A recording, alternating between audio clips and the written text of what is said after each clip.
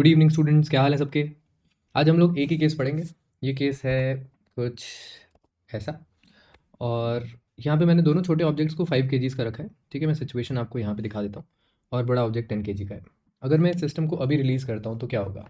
कोई एक्सेलरेशन नहीं होना चाहिए, क्योंकि दोनों तरफ 10 kgs बैलेंस हो रहे हैं, राइट। तो ये कोई एक्सेलरेशन नहीं हो रहा अभी, अप्रॉक्सीमेट ये थोड़ा सा मोशन जो हो रहा है वो रियलिस्टिक कंडीशंस की वजह से हो रहा है, उसको आप इग्नोर कर सकते हो। तो ठीक है, everything is exactly how we planned, कोई एक्सेलेरेशन नहीं है। अच्छा, अब अगर मैं वैसे थोड़ा सा इसका टेक्निकलिटी आपको समझाऊँ तो ऐसा क्यों है? क्योंकि आप देख सकते हो कि 5 kg ऑब्जेक्ट पे अगर 50 नीचे लग रहा था और ऊपर टी लग रहा था, और यहाँ भी 50 और यहाँ भी टी, तो टेंशन की वैल्यू दोनों जगह एग्जैक्टली 50 हो जाती है ना। और ये ऑब्जेक्ट भी रेस्ट पे रह जाता है, ये ऑब्जेक्ट भी रेस्ट पे रह जाता है। और टेंशन की वैल्यू अगर यहाँ 50 है तो ऊपर जो 2t की वैल्यू होगी वो 100 होगी, जो एग्जैक्टली इसको, इसके वेट को बैलेंस करने के लिए परफेक्ट है। तो ये सबको पता ही है, काफ़ी नॉर्मल सी बात है। अब अगर मैं सिचुएशन में थोड़े से चेंजेस क्रिएट करूँ, अगर मैं ऐसा करूँ कि इस ऑब्जेक्ट को 6 और 4 kgs में कन्वर्ट कर दूँ, यहाँ पे 5 की जगह 6 और 4 ले आता हूँ, तो क्या ये सिस्टम रेस्ट पे रहेगा, या ये 10 kg वाला ऊपर जाने लग जाएगा, या ये 10 kg वाला सिस्टम ऑब्जेक्ट नीचे जाने लग जाएगा? इस चीज़ को भी हम एक बार करके देखते हैं।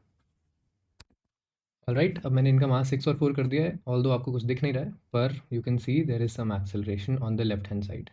क्या ये एक्सेलरेशन सिर्फ लेफ्ट हैंड साइड ही होगा या राइट हैंड साइड भी होगा? इस चीज़ को मैं थोड़ा सा नीचे ले चलता हूँ तो आपको दिखेगा कि ये जो राइट वाला ऑब्जेक्ट है, अरे सॉरी, इसको हम स्विंग होने से थोड़ा सा बचा लेते हैं।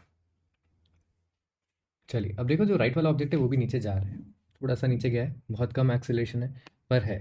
लेफ्ट वाला सिस्टम तो देखो मूव करना ही था, क्योंकि 6 kgs 4 kgs को नीचे पुल करेगा। बट जैसे जैसे ये पुल करता है वैसे वैसे ये वाली पुली ऊपर जाती, और यहाँ से ये 10 kg का ऑब्जेक्ट नीचे आना शुरू कर देता है। ये समझना है हमको आज कि ऐसा क्यों होता है, और इसको समझने के लिए हमको थोड़ी सी टेंशन की अंडरस्टैंडिंग लेनी पड़ेगी। हाउएवर, इनके एक्सेलेरेशंस को सॉल्व करना एक बहुत लेंदी तरीका होता है, तो एक छोटा तरीका भी बताऊंगा टुवर्ड्स द थोड़ा सा after you understand the basics, okay. चलिए, तो अब हम आ जाते हैं इस केस पे। 6 और 4 kgs की मैं बात कर रहा हूँ, और मैं जानना चाहता हूँ कि यहाँ ऊपर टेंशन कितनी आ रही है। अगर मैंने यहाँ पे एक स्प्रिंग बैलेंस या एक वेइंग मशीन लगाई होती, तो इस वेइंग मशीन को क्या ये सिस्टम 10 kgs का मिलता? क्या ये सिस्टम 10 kgs का फील होता? क्योंकि वेइंग मशीन को तो सिर्फ इतना पता है कि यहाँ पे टेंशन कितनी है, और अगर यहाँ पे टेंशन 100 N आ जाती है तो वेइंग मशीन कहेगा कि ये 10 kg के ऑब्जेक्ट को लटका के बैठा है, कंसिडरिंग कि आपने ग्रेविटी की वैल्यू को 10 लिया हुआ है ना। चलिए, तो इसको सॉल्व करते हैं, देखते हैं क्या होता है। अगर आप यहाँ पे 6 और 4 को सॉल्व करोगे तो आपको पता ही है कि 6 यहाँ 4 यहाँ, इस तरफ 60 का फोर्स होगा, इस तरफ 40 का फोर्स होगा, तो नेट फोर्स 20 N का आ रहा है, जो कि 10 kg के सिस्टम को मूव करवा रहा है। तो आपको यहाँ पे एक्सेलरेशन की वैल्यू मिल गई, जो कि 2 मीटर पर सेकेंड स्क्वायर है। ऑल राइट, इस एक्सेलरेशन से क्या फ़ायदा? फ़ायदा ये कि अब हम टेंशन निकाल सकते हैं। तो अगर मैं किसी एक ऑब्जेक्ट को सॉल्व करूँ, लेट्स से 4 kg को, तो मैं बोलूँगा कि टेंशन बड़ी है, 40 थोड़ा सा कम है, इसलिए मैंने माइनस में लिखा, और इसी डायरेक्शन में एक्सेलरेशन हो रहा होगा, जो कि इतना ही होगा, 2 मीटर पर सेकेंड स्क्वायर। तो हमको पता चल जाएगा कि कितनी टेंशन लग रही होगी इस ऑब्जेक्ट पे, और वो वैल्यू जो आ रही है वो आ रही है 40 + 8, दैट इज़ 48 न्यूटन। तो आप देख सकते हो कि ये 48 न्यूटन की टेंशन अगर मैं यहाँ लिख दूँ, अगर मैं यहाँ पे 48 न्यूटन लिख रहा हूँ, तो इसका मतलब है कि यहाँ ऊपर उसका डबल आएगा, जो कि हो जाएगा 96 न्यूटन, 100 से थोड़ा सा कम। अगर ये सिस्टम यहाँ पे पूछे कि कितना मास लटका हुआ है, तो इस सिस्टम को ये 9.6 kgs का मास ही फील होगा। क्या हर बार ऐसा होता है? यस, आगे चल के देखो। अगर मैं 7 और 3 के केस में इस चीज़ को सॉल्व करता हूँ, तो मैं जल्दी से सॉल्व करके बताता हूँ। एक्सेलेरेशन कितना आएगा? 70 - 30 = 10a। तो एक्सेलेरेशन यहाँ पे 4 मीटर पर सेकेंड स्क्वायर आ जाता है। और आप किसी भी एक ऑब्जेक्ट को सॉल्व करो, आप बोलो कि t - 30 = 3 × 4, तो आपका टेंशन का वैल्यू यहाँ पे आएगा 30 + 12, जो कि हो जाता है 42 न्यूटन, जिसका मतलब है कि यहाँ ऊपर यहाँ तक आते आते इसकी टेंशन हो जाएगी 84 न्यूटन। ये तो और कम हो गया।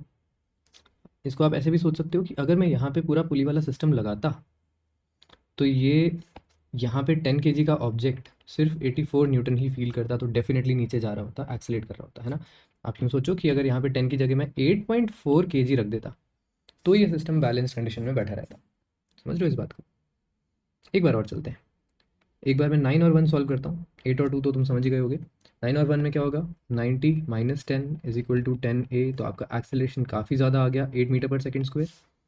और इससे अगर आप टेंशन निकालो, t - 10 = 1 × 8, तो टेंशन की वैल्यू जो आती है वो आती है 18, 10 + 8, 18 न्यूटन्स। जिसका मतलब है यहाँ ऊपर केवल 36 न्यूटन्स पहुँचता है, जिसका मतलब यहाँ पे अगर दूसरा मास होता तो वो 3.6 kgs का होना चाहिए था और वो बैलेंस हो जाता। ऐसा क्यों हो रहा है? ये टेंशन कम क्यों होती जा रही है? अब इसको ऐसे सोचो कि इनिशियल जब 5-5 वाली कंडीशन थी ना, जो हमने सबसे ऊपर बनाई थी, इसमें कोई मोशन नहीं था, इस पूरे सिस्टम में सारी चीज़ें रेस्ट पे थी। तो जितना भी mg नीचे लग रहा है उस सारे के सारे mg को टेंशन्स की मदद से हमने बैलेंस कर रखा था। इस बार कुछ अलग हो रहा है, इस बार सिस्टम मूव कर रहा है। तो यहाँ पे अगर एक mg लग रहा है और यहाँ भी एक mg लग रहा है, तो ये जो डोमिनेटिंग फोर्स है वो डोमिनेटिंग फोर्स सिस्टम के कुछ मास को पुल कर रहा है। तो इवेंचुअली उस फोर्स की वजह से एक मास इनटू एक्सेलरेशन आ गया, और ये जो मास इनटू एक्सेलरेशन नीचे की तरफ आया है उतनी वैल्यू कम हो जाएगी ऊपर की टेंशन में से। ये चीज़ समझनी थोड़ी सी कॉम्प्लिकेटेड है, वैसे इसको टच करना वाजिब नहीं है, पर मैं कर देता हूँ और इस चीज़ को समझने की कोशिश करना, पर अगर नहीं समझो तो कोई बात नहीं, आगे बढ़ जाना। सेंटर ऑफ मास एक टॉपिक आएगा थोड़ा सा आगे। बेसिकली सेंटर ऑफ मास ये कहता है कि अगर ये 9 और ये 1 ये कुछ इस तरीके से ये हैं, तो ये टोटल 10 kgs का एक सिस्टम है जिसका सेंटर ऑफ मास ये 9 के आसपास कहीं होगा, है ना। ये 10 किलो का एक सिस्टम है जो करीब यहाँ पे उसका टोटल मास अज्यूम किया जा सकता है। जब ये सिस्टम मूव करना शुरू करता है, जब ये 9 नीचे जा रहा है और ये 1 ऊपर जा रहा है, तो अगर इस 1 का इफेक्ट मैं इसमें से कैंसिल करूँ तो मैं ये बोल सकता हूँ कि 8 kg का सिस्टम नीचे की तरफ एक्सेलेरेट कर रहा है विद व्हाट, विद 8 मीटर पर सेकंड स्क्वायर। इस चीज़ को फिर से बोलूँ एक बार, आप 9 को नीचे लेके जा रहे हो 8 से और 1 को ऊपर लेके जा रहे हो 8 से। This can be considered equal to a system जिसमें 8 kg का ऑब्जेक्ट 8 मीटर पर सेकंड स्क्वायर से नीचे जा रहा हो। इस 1 का जो इफेक्ट था वो हमने इसमें से कैंसिल आउट कर दिया, ठीक है। तो 8 kg का सिस्टम अगर 8 मीटर पर सेकंड स्क्वायर से नीचे जा रहा है तो 64 न्यूटन्स का इफेक्ट सिर्फ उसको मूव करने में जा रहा है। ये इफेक्ट सिर्फ इसके इनर्शिया की वजह से वेस्ट हो जा रहा है। इनर्शिया की वजह से मतलब मासेस को मूव करने में जो जोर लग रहा है, 64 न्यूटन वेस्ट हो गया, तो बचा हुआ 36 न्यूटन यहाँ मिल गया हमको, ठीक है। इस चीज़ को आप समझ पाओ तो बहुत अच्छी बात है, नहीं तो ignore, okay, you can let this go, ऐसी कोई परेशानी की बात नहीं है। यहाँ तक तो आपको समझ आ ही रहा होगा कि टेंशन कम होती जा रही है। एक लास्ट सिचुएशन और देख लो, अगर मैं बिल्कुल 10 और 0 रख देता तो क्या होता? तो आप सॉल्व करते इसको, तो 10 - 0 is equal to, sorry 10g, तो 100 - 0 is equal to 10a। Acceleration पूरा 10 के बराबर आ जाता है और यहाँ पे आप टेंशन को सॉल्व करोगे तो 0 आ जाएगी। तो सीधी सी बात है कि जब ये 10 kg इस तरीके से रखा होगा तो ये पूरा का पूरा नीचे ग्रेविटी के एक्सेलरेशन से जाएगा और कोई टेंशन नहीं लगने वाली। तो टेंशन इस वजह से धीरे धीरे कम होती जा रही है ना। ये एक्सट्रीम केस को देख के आप शायद समझ पाओ कि जैसे जैसे एक्सेलरेशन की वैल्यूज़ बढ़ती जा रही हैं, जैसे जैसे ज़्यादा मास नीचे जाता जा रहा है, टेंशन की वैल्यू कम होती जा रही है। Very interesting. इस चीज़ को यूज़ करें अगर यहाँ पर, तो हम लोग देखते हैं, जैसे मैंने अभी तुमको इसका मोशन दिखाया था कि ये 6 kg डोमिनेट तो करता है ये 4 kg को, और उसकी वजह से ये 10 kg वाला सिस्टम भी नीचे जाने लग जाएगा। इस क्वेश्चन में अगर आपसे पूछा जाए कि सबके एक्सेलरेशंस बताओ क्या क्या होंगे, तो आप क्या प्रोसेस उठाओगे? अब मज़ेदार बात ये हो जाती है कि ये 10 kg का ऑब्जेक्ट जब नीचे जा रहा होता है किसी a1 एक्सेलरेशन से, तो ये पुली को भी ऊपर खींचेगा उस a1 एक्सेलरेशन से, क्योंकि ये पुली तो यहाँ पे फिक्स्ड है, और 10 kg तो नीचे जाएगा क्योंकि हम जानते हैं कि यहाँ ऊपर टेंशन कम हो ही जाती है। तो 10 kg नीचे की तरफ जा रहा है, इवन दो इस जगह पूरा 10 है, पर क्योंकि इसमें एक एक्सेलरेशन है तो इसका टेंशन कम हो रहा है। ये सब मैं बोल चुका हूँ, समझा चुका हूँ। अब देखो, ये सिस्टम एक ब्लॉक में हम बंद करके रखें तो हम बोलेंगे कि ये ब्लॉक ऊपर जा रहा है a1 एक्सेलरेशन से। अब आप दो तरीके से इस चीज़ को सॉल्व कर सकते हो। या तो आप कह सकते हो कि इन दोनों ऑब्जेक्ट्स पे इस एक्सेलरेशन की वजह से एक सूडो फोर्स लगेगा, तो इस पे ग्रेविटी तो लगी रही है 6g के नाम से, प्लस इस पे एक सूडो फोर्स और लग जाएगा नीचे की तरफ। सिमिलरली 4 kg वाले पे ग्रेविटी भी लग रही है और 4 का ये सूडो फोर्स भी लग रहा है। दोनों में आप देख रहे हो कि ग्रेविटी ही बढ़ गई, इस तरीके से हम सोच सकते हैं ना, हमने एलिवेटर वाले केसेस किए हैं, तो ये वैसे ही हो जाता है जैसे कि ग्रेविटी बढ़ गई हो g+a1। तो अगर मैं इसको सूडो फोर्स की इक्वेशंस में लिखूँ तो ये कुछ ऐसा हो जाएगा। 6 kg का अगर मैं इक्वेशन बनाता हूँ तो कैसी बनेगी? ऊपर की तरफ टेंशन है, नीचे की तरफ सिर्फ ग्रेविटी नहीं है, ग्रेविटी के साथ एक सूडो फोर्स भी आ गया जिसको मैंने g+a1 करके लिख दिया, है ना। और अब इस सिस्टम में अपना कुछ एक्सेलरेशन होगा। ये 6 kg का ऑब्जेक्ट यहाँ से नीचे कुछ a2 एक्सेलरेशन से, और ये 4 kg कुछ a2 एक्सेलरेशन से जाएगा। ये a2 एक्सेलरेशन वो है जो इस फ्रेम के अंदर है, ऑल राइट। फाइनल वैल्यू आपके आंसर में a2 नहीं होगी, फाइनल वैल्यू होगी a2 नीचे की तरफ और a1 ऊपर की तरफ। इन दोनों को कंसिडर करना पड़ेगा, ठीक है। मैं बताता हूँ, इक्वेशंस में भी उसको लिख सकते हैं। तो आप या तो सूडो फोर्स का फॉर्मूला लगाओगे तो कुछ ऐसा दिखेगा वो। इसको आप लिख सकते हो ऊपर नीचे, नीचे जा रहा है ना, तो आप बोलोगे 6 into g plus A1 minus T is equal to 6A2। ये एक इक्वेशन 6 kg की बनी। सिमिलर इक्वेशन 4 kg की भी मैं यहाँ साइड में बना देता हूँ, और वो कैसी होगी, वो होगी T minus 4 into g plus A1 वो एक्सेलेरेशन है जो पुली कर रही है, तो ये सूडो फोर्स वाला acceleration, this is equal to 4A2। ये दो इक्वेशंस आपकी इन दोनों ऑब्जेक्ट्स की बन जाती हैं, ठीक है। जो बड़ा ऑब्जेक्ट है 10, उसकी इक्वेशन सिंपल है, उसकी इक्वेशन में कोई सूडो फोर्स का काम नहीं है। वो आप सिंपली बोलोगे कि 100 नीचे लग रहा है, ऊपर 2t लग रहा है, और this is equal to 10 into A1। तो ये इक्वेशन तो परमानेंट है, इसमें कोई चेंजेस होने भी नहीं है, ये मतलब परफेक्ट इक्वेशन है ना। तो ये 3 इक्वेशन मिली, इस 3 इक्वेशन में A1 tension, A1 tension, A2 3 equation, 3 variables मिल जाते हैं, है ना। और अब आप इनको सॉल्व करके आंसर निकाल सकते हो, यही करना पड़ता है। अगर आपने पढ़ा हुआ है किसी क्लास में तो आपको पता होगा कि यही तरीका है ना। इस चीज़ को लिखने का एक तरीका और है, पहले वो भी बता देता हूँ।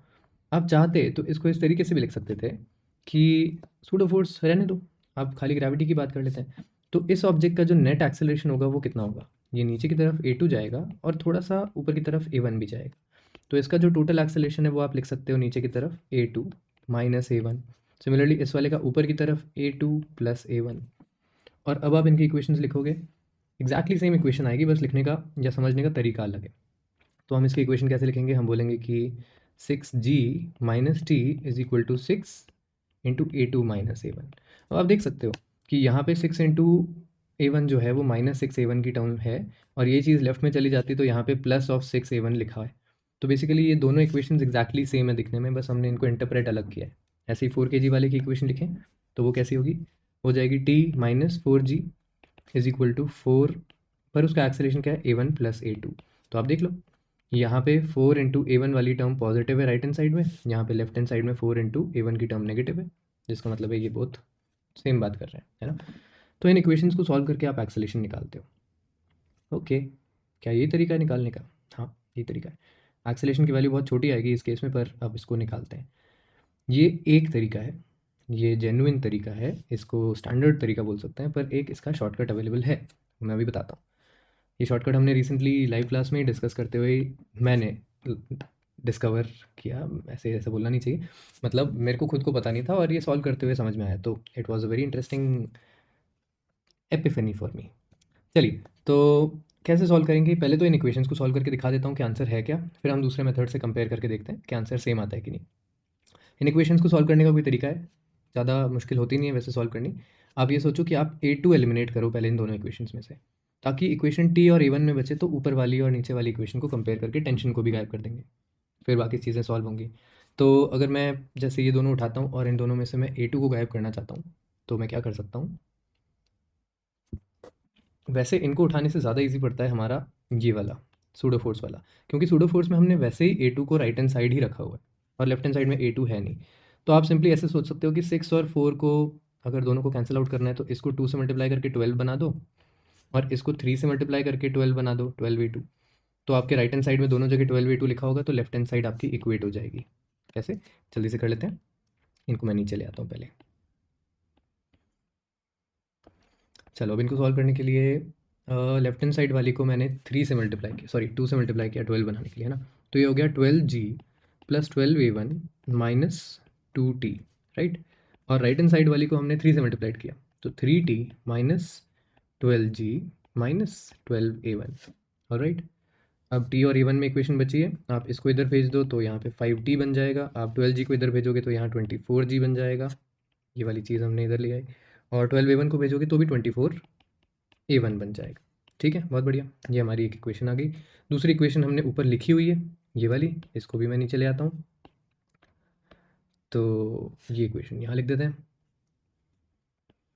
अब इन दोनों में टी वाली चीज़ चाहिए हमको, है ना। आप इसको ऐसे सोचो कि ये लिखा हुआ है 100 minus 10A1 is equal to 2t। अब इधर है 5t, इधर है 2t, इन दोनों को इक्वेट करने के लिए क्या करें, इसको 2 से और इसको 5 से मल्टीप्लाई करके सामने ले आता हूँ, ठीक है। तो जब मैं इसको 2 से मल्टीप्लाई करता हूँ तो ये बन जाता है 48g plus 48A1, right, is equal to 10t। 10t में लिख नहीं रहा, और मैं सीधा इसको 5 से मल्टीप्लाई कर रहा हूँ, तो यहाँ पे आ जाएगा 500, या अगर आप g यूज़ करोगे तो यहाँ पे 50g लिखा होगा, है ना, minus 50a1 is equal to 10t, वो 10t हमने दोनों जगह से हटा दिया, तो अब हमारे पास करीब करीब आंसर आ गया। तो देखो g और a1 में एक इक्वेशन है, इसको जब आप सॉल्व करोगे तो ये 50 माइनस 48, इधर बचेगा 2g, और इधर आ जाएगा 50 प्लस 48 यानी कि 98a1, और a1 की वैल्यू यहाँ पे आ रही है g डिवाइडेड बाय 49। बहुत ही छोटा एक्सेलेरेशन आया पर आ गया। ओके, ये एक्सेलेरेशन a1 का है। अब आप इसके बाद a2 को सॉल्व करोगे और फिर आप a2 के साथ a1 ये वाले एक्सेलेरेशंस की वैल्यू बताओगे, अगर आपसे 6 और 4 की वैल्यू पूछी जा रही है तो, जो कि आपसे पूछी जाएगी क्वेश्चंस में, पर अब मैं वो चीज़ करके नहीं बताऊंगा। मैं बताता हूँ यहाँ तक पहुँचने का छोटा तरीका, काफ़ी छोटा। तो वो तरीका मैंने क्या सोचा कि अगर ये सिस्टम, अगर हम इस सिस्टम की बात करें 6 kg और 4 kg की, तो हमने पीछे ही इसको सॉल्व करके देखा हुआ है कि यहाँ पे टेंशन की वैल्यू कितनी आती है। 6 और 4 में टेंशन की वैल्यू हमारी आई थी 48 न्यूटन, और ऊपर तक 96 न्यूटन आ गई थी। तो बेसिकली हम ऐसे बोल सकते हैं कि ये सिस्टम 96 न्यूटन का टेंशन क्रिएट कर रहा है, राइट। क्या मैं इसको ऐसे भी बोल सकता हूँ कि ये सिस्टम 9.6 kg का सिस्टम बिहेव कर रहा है। देखो, जो मेरे स्टूडेंट्स ने भी गलती करी थी वो ये करी थी कि उन्होंने 10 के ऊपर यहाँ पे 96 न्यूटन तो लगा दिया, पर फिर इस सिस्टम का मास 10 kg लेके इक्वेशन को सॉल्व करने की कोशिश करी और नहीं आया, ऑब्वियसली गलत आएगा। यहाँ पे इसका मास 10 kg मत लो, इसका मास 9.6 kg लो और चेक करो क्या आंसर आता है कि नहीं, और अगर आता है तो आपको एक तरीका मिल गया। ऐसे ही मैंने भी ढूंढा। तो अगर आप बात करते हो यहाँ पे 9.6 kg यहाँ रख दिया और 10 kg मैंने यहाँ रख दिया, और इन दोनों को हमने एक पुली से अटैच कर रखा है, तो हमारे पास एक 19.6 kg का सिस्टम है, जिसमें इधर की तरफ 10 kg की वजह से 100 न्यूटन लग रहा होगा, या आप ग्रेविटी के वैल्यू को g ले लो ताकि सेम आंसर मैच कर पाए। तो यहाँ पे 10g लिखा है, ठीक है, और यहाँ पे 9.6g लिखा हुआ है, इतना फोर्स लग रहा है। तो इसका एक्सेलेरेशन देखो क्या आता है। आप बोलोगे कि 10 माइनस 9.6 तो 0.4g इज इक्वल टू 19.6 मास है, और इसको a एक्सेलेरेशन देना है। एक्सेलेरेशन की वैल्यू क्या आई, 0.4 अपॉन 196। इसको सॉल्व करो यार, ये हो जाएगा 0.2 अपॉन, या एक, हाँ ठीक है, जी तो साइड में लिख ही देते हैं। 0.2 का आप ये हटाओ और नीचे 19.6 का आधा पहले करो, कितना हो जाएगा 98, है ना। 9.8, इसका भी डेसिमल हटा दिया, और अगेन इसको सॉल्व किया तो आ गया g/49। ये तो सेम आंसर आ गया। इसका मतलब ये तरीका काफ़ी ईजी पड़ेगा हमको। और once you know this method, आपको जब ये वाला पार्ट पता चल जाए तो आप सेकंड पार्ट को बड़े आराम से सॉल्व कर सकते हो। सेकंड पार्ट को सॉल्व करने के लिए आप क्या करो, आप सिर्फ ये बोलो कि ये 6 और 4 kg इंडिपेंडेंट अगर होते, अगर ये ऊपर की तरफ एक्सेलरेट नहीं कर रहे होते, ये एक्सेलेशन भूल जाओ, इंडिपेंडेंट होते, तो इनका एक्सेलेशन कितना होता। तो हम जानते हैं कि 6 kg 60 माइनस 40/10, तो 2 मीटर पर सेकेंड स्क्वायर से ही नीचे जा रहा होता। अब बस बात इतनी सी है कि ये 2 से तो नीचे जाएगा ही, पर वो g/49 से ऊपर भी जाएगा, तो इसका नेट एक्सेलेरेशन जो है वो a2 माइनस a1 करके आ जाएगा, और इसकी वैल्यू भी a2 प्लस a1 करके आ जाएगी। तो ये काफ़ी सिंप्लीफाई हो गया ये पूरा प्रॉब्लम, है ना। एक बार और ट्राई करते हैं, एक और थोड़ा और कॉम्प्लिकेशन, उसके बाद मैं आज की क्लास ख़त्म करता हूँ। आज इतना ही पढ़ना है हमको। इस केस में देखते हैं, एक जगह हमने 9 एंड 1 kg रख दिया, दूसरी जगह 8 एंड 2 kg रख दिया। सबसे पहले ये बताओ कि कौन सा वाला ज़्यादा भारी पड़ेगा, 9 1 वाला कि 8 2 वाला। और फिर मैं जानना चाहूँगा यहाँ पे किसी भी एक पुली का एक्सेलरेशन, क्योंकि वो निकल गया अगर, तो आप इंडिविजुअल पार्ट्स का एक्सेलरेशन निकाल लोगे, है ना। तो कोई भी एक पुली ऊपर या नीचे, इनका एक्सेलरेशन हम जानना चाहेंगे। तो आंसर ये है कि ये 8 और 2 वाला ज़्यादा भारी पड़ेगा। सबसे ज़्यादा भारी पड़ता है 5 और 5 वाला, क्योंकि वो सबसे ज़्यादा टेंशन क्रिएट करता है ना। इसको सॉल्व कैसे करें, इसको सॉल्व करने के लिए आपको इंडिविजुअल पार्ट्स तक जाने की ज़रूरत नहीं है। आपको सिर्फ ऐसे सोचना है कि ये 9 और 1 वाले ऑब्जेक्ट को मैं कितने kgs का अज्यूम करूँ। तो आप बोलोगे कि 90 minus 10 is equal to 9 plus 1 10a। तो यहाँ से हम एक्सेलेरेशन निकाल सकते हैं किसी भी एक ब्लॉक का, अगर ये इंडिविजुअली खड़े रहते तो, है ना। और वहाँ से इसका एक्सेलेरेशन आ जाएगा 80/10 यानी कि 8 मीटर पर सेकेंड स्क्वायर, ये हम निकाल चुके हैं पहले भी। और इससे आप टेंशन निकालो, तो t minus 10 is equal to 1 into 8। यहाँ पर टेंशन की वैल्यू हमने निकाली थी 18 न्यूटन, और 2t की वैल्यू यहाँ पे 36 न्यूटन आ जाती है। तो मेरा ये कहना है कि मैं इस पूरे को एक 3.6 kg के ऑब्जेक्ट से रिप्लेस कर सकता हूँ। सिमिलरली दूसरे वाले पार्ट को, 8 और 2 वाले पार्ट को सॉल्व करें। 80 minus 20 is equal to 10a। यहाँ पे इसका एक्सेलेरेशन 6 मीटर पर सेकेंड स्क्वायर आ गया, और टेंशन की value T-20 is equal to 2 into 6, और टेंशन की वैल्यू कितनी आई 32 न्यूटन, और 2T की वैल्यू आ गई 64 न्यूटन। तो मेरा ये वाला जो पोर्शन है ये एक 6.4 kg के ऑब्जेक्ट की जगह रखा जा सकता है, या ये पूरा एक 6.4 kg के ऑब्जेक्ट की तरह बिहेव करेगा। और अब आप इनका एक्सेलेरेशन निकाल सकते हो या पुलिस का एक्सेलेरेशन निकाल सकते हो।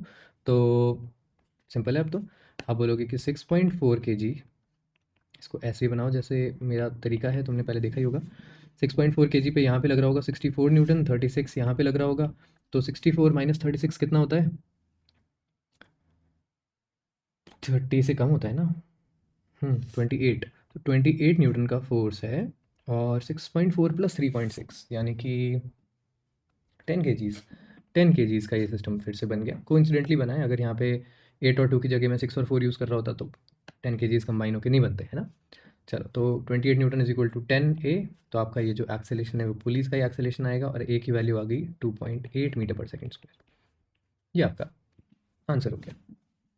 ठीक है, अच्छा लगा ये तरीका, ट्राई करो इसको, इसी मेथड को इस क्वेश्चन पे सबसे पहले, क्योंकि ये क्वेश्चन आपका डायरेक्ट आंसर देगा, और सेम मेथड आपको फॉलो करना है ना। यहाँ पे इनको 1 kg 2 kg और 3 kg का बोला हुआ है। Once you know the acceleration, फिर आपको ये बोला है कि ये 20 सेंटीमीटर कितनी देर में ख़त्म करेगा, तो वो तो S is equal to half AT square करके आ जाएगा, है ना। तो वो आप कर सकते हो, सेम तरीका अप्लाई करना है। फिर आप उसके बाद इस क्वेश्चन पे जाना और अपना दिमाग चलाना कि यहाँ पे क्या होना चाहिए। इस क्वेश्चन में आपको ज़्यादा कुछ नहीं पूछा है, आपको सिर्फ इसकी रीडिंग की वैल्यू पूछी है, तो ये आपका सूडो फोर्स का काम करेगा, और वो तरीका लगा के सॉल्व कर सकते हो। नेक्स्ट है ये, दिखने में बहुत अच्छा 1 2 3 4, पर इसमें कॉम्प्लिकेशन बहुत ज़्यादा पूछी नहीं है। इसमें आपको सिर्फ ये पूछा है कौन स्टेशनरी है, कौन नीचे, कौन ऊपर, और क्या एक्सेलेरेशंस। तो अगेन सेम मेथड, और यहाँ एक फोर्स दिया है वो भूलना मत, मैच द फॉलोइंग करके देख लो। और फाइनली ये जिसमें आपको बोला है कि acceleration of one with respect to the rope is 5g upwards, काफ़ी तेज़ी से ये इस रोप से ऊपर जा रहा है। तो find the acceleration of 2 with respect to the block. यहाँ पे मासेस दिए हुए हैं m 5m, इस चीज़ का ध्यान रखते हुए आंसर मैच करवाओ। ऑलराइट, चलिए आज की क्लास इतनी सी ख़त्म करते हैं। आज की class, see you next time.